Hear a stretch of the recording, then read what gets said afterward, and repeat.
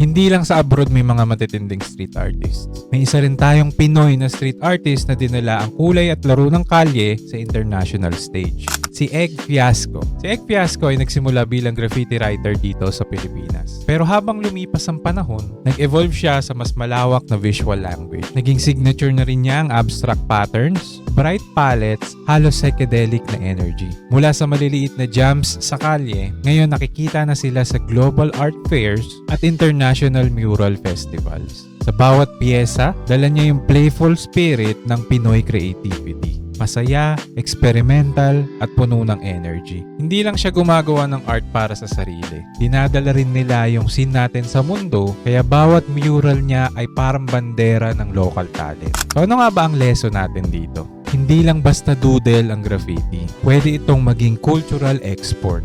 At parang katulad din sa negosyo, kapag dala mo yung sarili mong timpla o style, yun yung magpapakilala sa'yo kung saan ka man pumunta. Okay, yun muna sa video natin for today. Comment ka lang dyan sa ibaba at idagdag mo rin yung ibang artist na pwede nating i-feature dito. Siya nga pala, ako nga pala si Angelo. This is Mindshift with Angelo.